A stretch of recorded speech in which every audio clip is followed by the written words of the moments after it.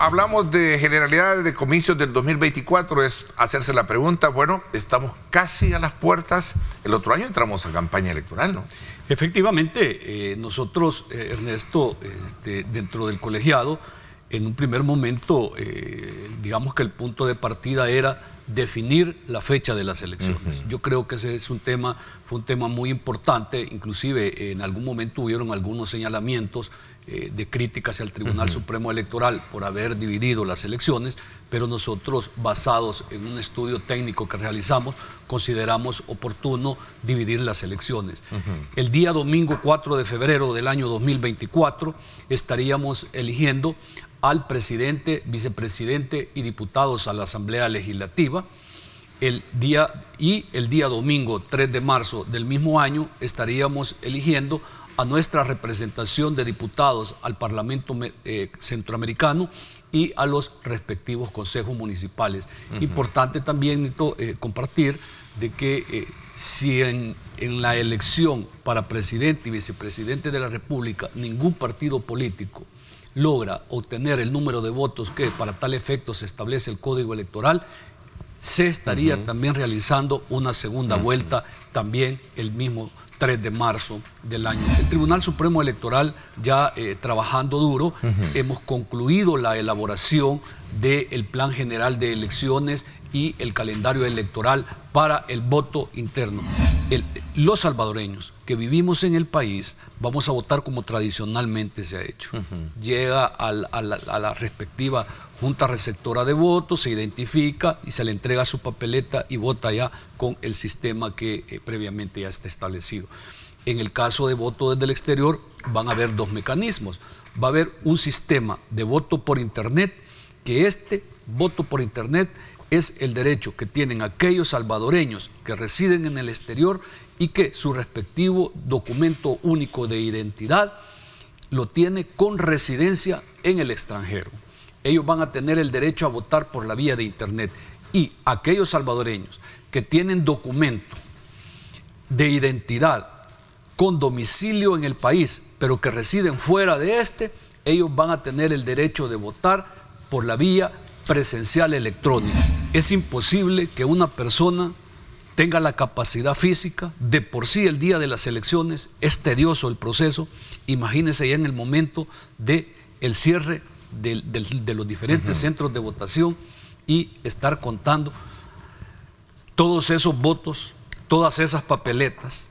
De por sí el sistema de votación nuestro ya es complejo con eso de las listas abiertas, con las preferencias, con el voto cruzado. ¿Y eso se va a mantener? Se mantiene porque es ley, ¿no? Es ley, fue una resolución emanada de la Sala de lo Constitucional en fechas anteriores, en periodos anteriores.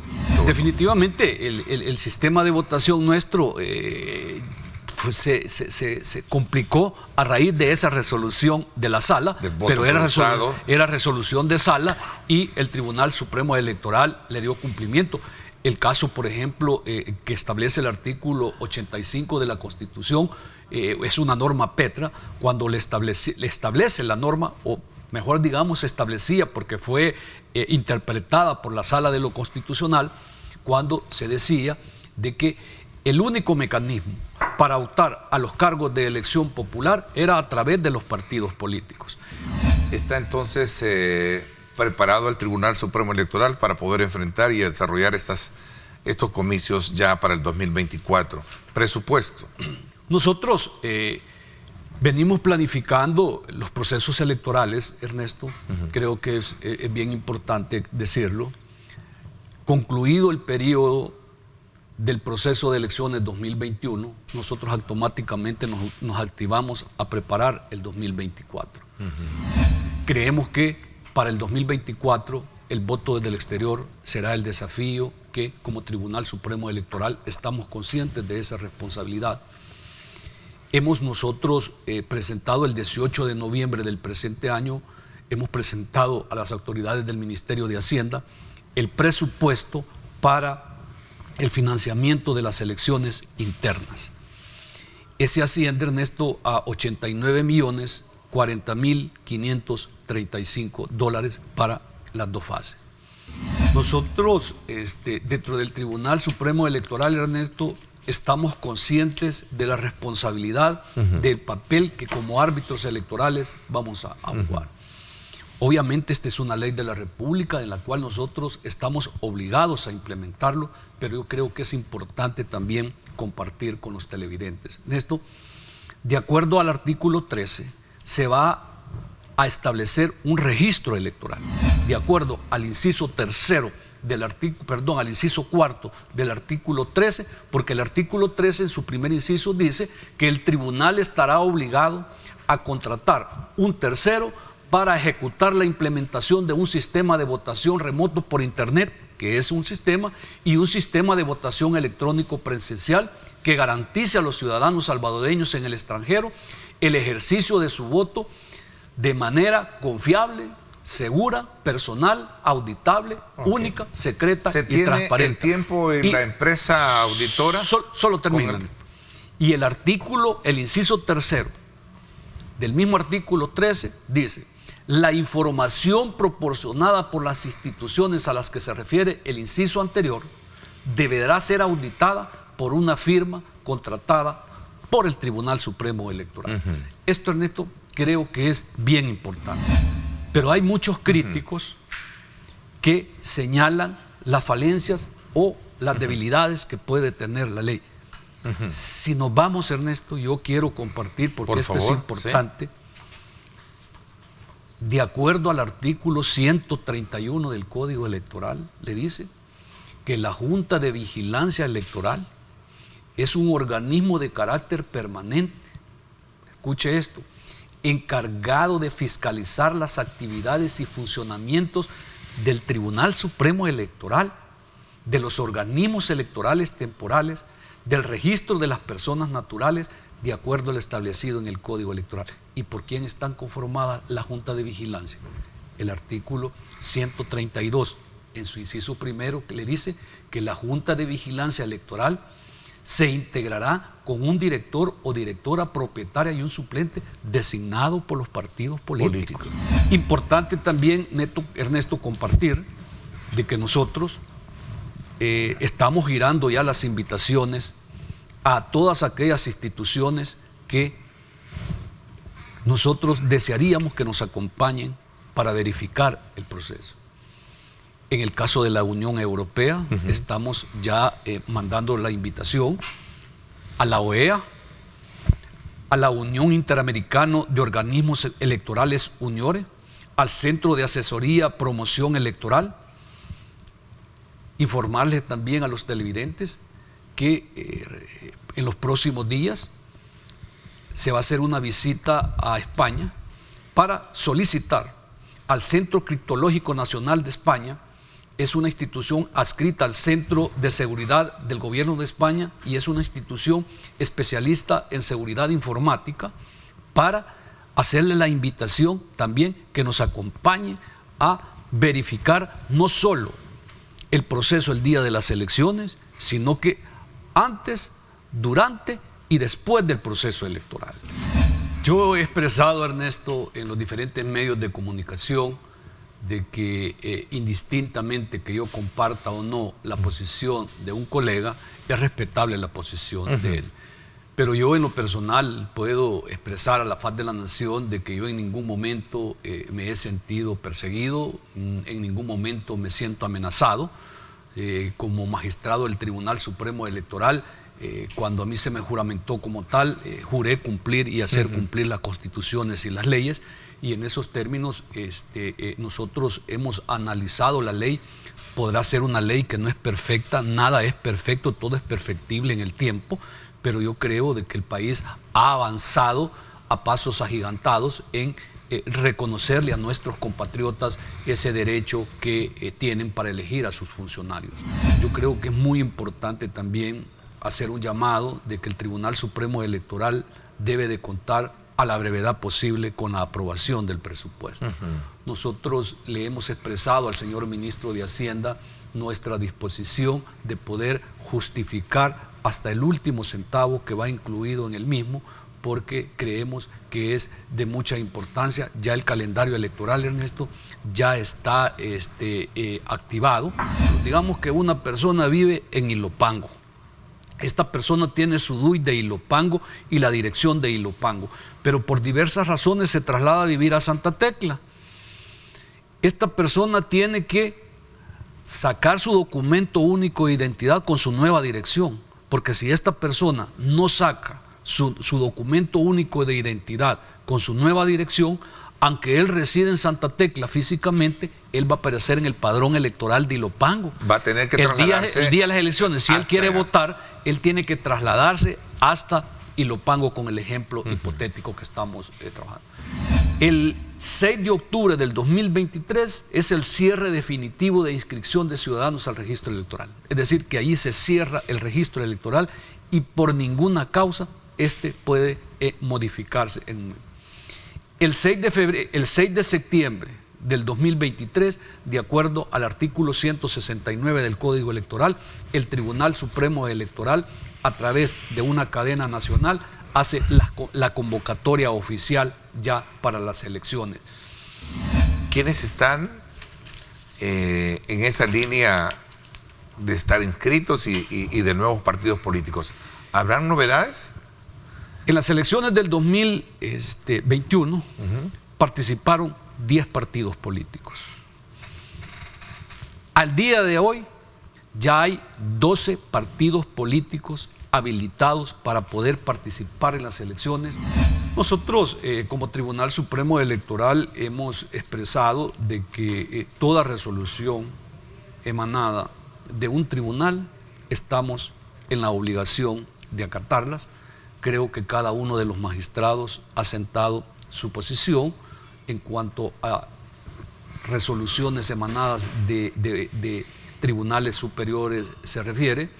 Inclusive dentro del mismo Código Penal ya están establecidas sanciones para aquellos funcionarios que no acaten las resoluciones emanadas de tribunal.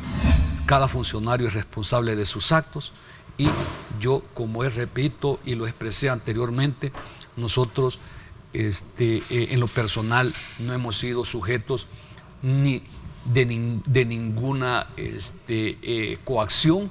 No he sido amenazado. Yo me siento que estoy trabajando con toda la tranquilidad y con todo el formalismo que para esos efectos. Que el Tribunal Supremo Electoral nunca ha dejado de cumplir sentencias emanadas de tribunales superiores, inclusive que han influido en los procesos electorales, como el ejemplo que yo le ponía, que faltando 3 meses para las elecciones cambiaron las reglas del juego bajo las cuales se había elaborado un plagel, que fue necesario reformarlo para precisamente adecuar las resoluciones que emanaban en ese caso. ¿Cómo cierra la economía? ¿Cómo está la economía? Extra cámara, nosotros decimos, bueno, mire, a pesar de todo, cuando uno sale a la calle vemos que la actividad nuestra no para. Los salvadoreños de por sí tenemos una característica que somos resilientes, ¿verdad?, a cualquier tipo de situación que se presente. Principalmente queremos destacar que el crecimiento económico para este país proyectado para este 2022 es de 2.8% en el Producto Interno Bruto. De exportaciones se espera que tengamos un crecimiento de un 14% en este año y de remesas familiares un 3.7%. Hay que destacar también el tema de seguridad que el país vive. Eso le permite a las empresas tener una certidumbre sobre el camino de la economía salvadoreña, las políticas del presidente Nayib Bukele, la guerra contra las pandillas impulsada por el presidente Nayib Bukele y los buenos resultados que han obtenido de la guerra contra las pandillas le dan un clima favorable de inversión a El Salvador que antes no tenía. Esa estrategia del presidente de tener un surf city, de desarrollar las playas del Salvador, de destacar lo importante que es la seguridad para los exturistas, ha funcionado. Muchos empleos. Si una empresa tiene más demanda de producción, necesita mano de obra. Y si necesita mano de obra, ¿de dónde la va a obtener? Principalmente del país. Y eso lo confirman los datos de empleo, que si los comparamos de enero a agosto del 2019, un año sin pandemia y sin shock económicos, del 2019, que fue antes de la pandemia, teníamos 860.000 empleos registrados formales. El informal no lo registramos porque no tenemos cómo. Estos son los datos del Seguro Social, es decir, los empleos formales. A agosto de este año, Ernesto, se acumulan 948.810 empleos formales. Nos acercamos al 1.000.000 de empleos formales. Unos datos que en la historia del país nunca habíamos tenido una tasa de empleo tan alta. El presidente Nayib Bukele tuvo una estrategia de recomprar a aquellas personas, aquellos tenedores de esos bonos que estuvieran voluntariamente dispuestos a vender sus bonos. Recordemos que estos bonos se transan en el mercado internacional. Hay compradores y vendedores y se pueden vender todos los días. Es decir, usted puede, si es tenedor de un bono, usted lo puede transar cuando usted quiera y no hay límites de transacciones. Esa es una operación legal, una operación permitida que los estatutos del contrato que se firmó para la emisión de los 800 millones de eurobonos del 2023 y 2025 estipulan como un mecanismo para poder recomprar, para poder tener una estrategia de recompra para aquellos tenedores que lo quieran vender al precio de mercado, porque es el precio del mercado, lo puedan hacer de una forma voluntaria. Claramente dice que la oferta debe ser pública y es lo que hizo el presidente, lanzó una oferta pública para poder recomprar. ¿Fue muy buena la recompra? Claro que sí, fue muy buena. Se ahorraron 275 millones que tendrían que haber pasado a otras manos internacionales y ahora ya no se van a pagar, sino que se van a reinvertir en el país. Es decir, un ahorro de 275 millones, incluso un ahorro de menos, ya es ganancia. ¿Cuál es la expectativa, sobre todo cuando usted mismo resalta de que estamos hablando de la quizás primera o segunda economía más grande del mundo? Sí, así es. No, la segunda. ¿No? Se disputa. La segunda, ahí, sí, claro. Si le pregunto a un chino, no somos la primera. Si le pregunto a los vecinos más cercanos, me van a decir que ellos. Entonces, estamos totalmente de acuerdo. Y un tratado de libre comercio es muy importante para el país. Van a ponerle fin a las preferencias arancelarias a Taiwán y se abre un tratado de libre comercio con la que se dice que es la segunda potencia mundial. Tenemos con Estados Unidos, que es la primera potencia mundial, así lo catalogan, y ahora China. ¿Eso nos abre el mercado? Sí, nos abre el mercado para que se pueda importar y exportar de una manera más fácil y más barata. Yo escuchaba decir de algunos sectores que salieron más perdiendo que el 38% de nuestras exportaciones van hacia Estados Unidos y tenemos también que el 45% de las exportaciones van a Centroamérica. ¿Por qué deberíamos de temerle a un tratado de libre comercio? Al contrario, o sea, esos son mecanismos que los países utilizan para poder tener una mayor movilidad, una facilidad y también poder tener operaciones que actualmente no se tienen.